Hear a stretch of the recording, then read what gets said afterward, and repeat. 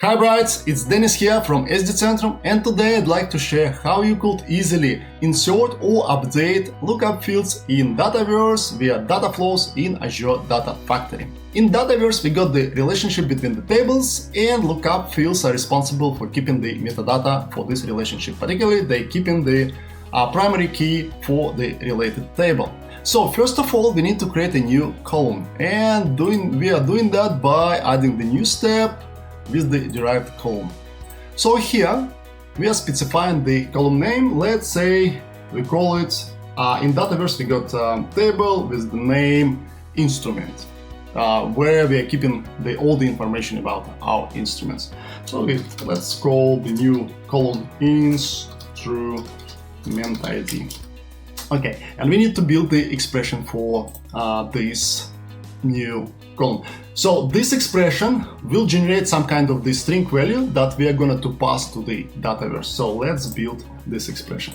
Table in the Dataverse which keep all the information about our instruments got the name instrument. Ensure that you are using here in this expression you are using the plural name, and that's very important and that's critical because otherwise it won't work. So instead of the instrument, we are typing instruments.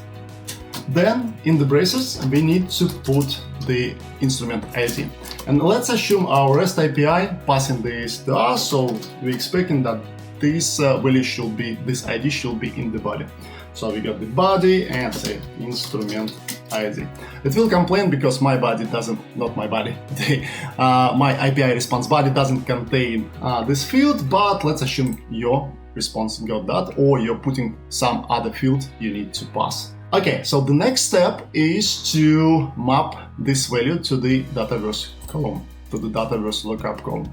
So we got here, we got the instruments, instrument ID, and here in the Dataverse, it's very important, we need to provide the schema name for the lookup field. And let's say that we got the lookup field for the instrument ID named related instrument ID. Let me show you the difference between the schema name and the logical name. So schema name is usually the Pascal case and the logical name is usually camel case. And when you're working, again, when you're working with the lookup fields, you are providing the schema name.